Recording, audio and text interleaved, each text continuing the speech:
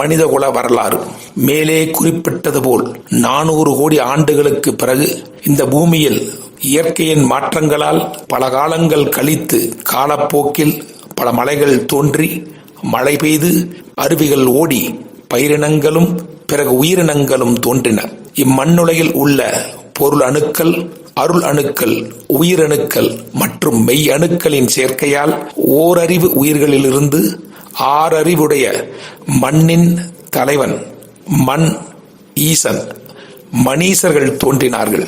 இளமுரியா கண்டத்தில் விலங்குகளோடு விலங்காக வாழ்ந்த இம்மணீசர்களை அனாதிச்சிவன் தன்னுடைய கூட்டத்தாருடன் இம்மண்ணுலகுக்கு வந்து அவர்களை பக்குவப்பட்ட மனத்தை உடைய மனிதனாக மாற்றுவதற்கு மனுநீதியார் என்று அழைக்கப்படுகின்ற அனாதிசிவன் 18 வகையான மனுநீதி நூல்களையும் 7 வகையான மனு தரும் சாத்திரங்களை தந்து அவர்களை பக்குவப்படுத்திய கால இடைவெளி 4,85,920 ஆண்டுகள்.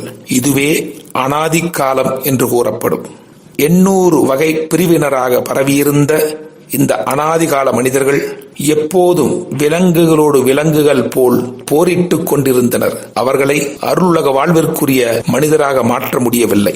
பிறகு ஆதிசிவனார் தன்னுடைய 2 வகையான 50 குழுவினருடன் இளமுரியா கண்டத்திற்கு வந்து மனிதர்களோடு வாழ்ந்து இளமுரியா கண்டத்திலே அங்குள்ள தென் கங்கை, தென் யமுனை, தென் இந்து கூடுகின்ற முக்கோண வடிவ தீவிலே திருவிடத்தை உருவாக்கி 18 சித்தர் பீடத்தையும் மடத்தையும் உருவாக்கினார். அவரும் அவருடைய மகனார் முருகப்பெருமானும் இம்மானுடம் அருளுலக வாழ்விலும் பொருளுலக வாழ்விலும் வளம் பெற தமிழ் மொழியில் இந்து வேதத்தை வழங்கினார்கள். அதாவது நான் மறை, நான் முறை, நான் நெறி, நான் வேதத்தை வழங்கினார்கள். கபாடபுர ஆற்றங்கரையிலே மருத மரங்கள் நிறைந்துள்ள இடத்திலே மருத மாநகரை அமைத்து மருதை மாநகரிலே முத்தமிழ் சங்கத்தை தோற்றுவித்து இளமுரியா கண்டத்து மக்களுக்கு தமிழ் மொழியை கற்றுத்தந்து அவர்களுக்கு மொழி அறிவினை தந்து அதன் மூலம் சித்தர் நெறி வாழ்வியல் முறைகளை பெறச் செய்து மனிதகுலம் மேம்படச் செய்தார். மனிதர்கள் அருளுலக செல்வங்கள் பெற்று வாழ்ந்த இந்த ஆதிகாலம் முதல் கடல் கோள் பேரழிவு ஏற்பட்டு இளமுரியா கண்டத்தின் சில பகுதிகள் கடலில் மறைந்த இந்த கால இடைவெளி கீரன் யுகம், கிரேதா யுகம் என்று அழைக்கப்படும்.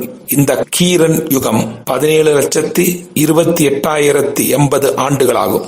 முதல் கடல் கோள் அறிவிற்கு பிறகு 2வது கடல் கோள் ஏற்பட்டு இளமுரியா கண்டத்தின் கிழக்கு மேற்கு பகுதிகள் மறைந்த இந்த கால இடைவெளி தீரன் யுகம், திரேதா யுகம், அதாவது தீரன் யுகம். கால அளவு 12,90,000 ஆண்டுகளாகும். 2வது கடல் கோளுக்கும் 3வது கடல் கோளுக்கும் இடையே இளமுரியா கண்டம் தற்போதுள்ள தென்னிந்தியாவை தவிர இளமுரியா கண்டம் முழுவதுமாக கடலுக்குள் மறைந்த கால இடைவெளி தூரன் யுகம், துவாபர யுகம் என்றழைக்கப்படும் தூரன் யுக கால அளவு 8,64,000 ஆண்டுகளாகும். 3வது கடல் கோளுக்கு பிறகு விந்திய மலைக்கு வடக்கே நிலப்பரப்புகள் தோன்றி பல புது நிலப்பரப்புகளும் கண்டங்களும் தோன்றிய இன்றுள்ள கலியன் யுகம், கலியுகம் தோன்றி இன்றைக்கு ஆங்கில ஆண்டு 2017 வரை உள்ள கால அளவு 5,118 ஆண்டுகளாகும். எனவே தமிழ் மொழி இப்புவியில் தோன்றி வாழ்ந்து வருகின்ற காலம் அனாதிக்காலம் மற்றும் 3 யுகங்களின் காலம். மேலும் இன்று வரை உள்ள கலியன் யுகம் வரை 43,73,118 ஆண்டுகள் ஆகின்றன. அதாவது தமிழ் மொழி இந்த புவியிலே தோன்றி இன்று வரை 43,73,118 ஆண்டுகள் ஆகின்றன. விண்வெளியில் இருந்து வந்த 18 சித்தர்கள் வழங்கிய தமிழ் மொழி இன்றைக்கு மட்டுமல்ல என்றைக்குமே இருக்கும்.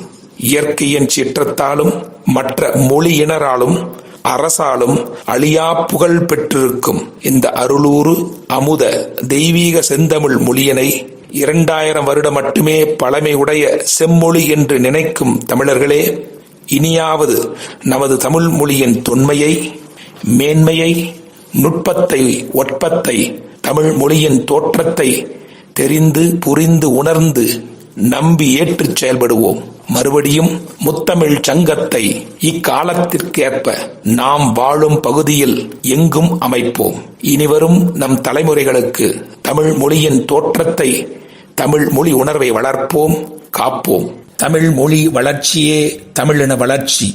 தமிழ் மொழியின் எழுச்சியே தமிழர்களின் எழுச்சி. தமிழ் மொழியின் செழிச்சியே உலக மொழிகளின் செழிச்சி. தமிழ் இன செழிச்சியே உலக இனங்களின் செழிச்சி.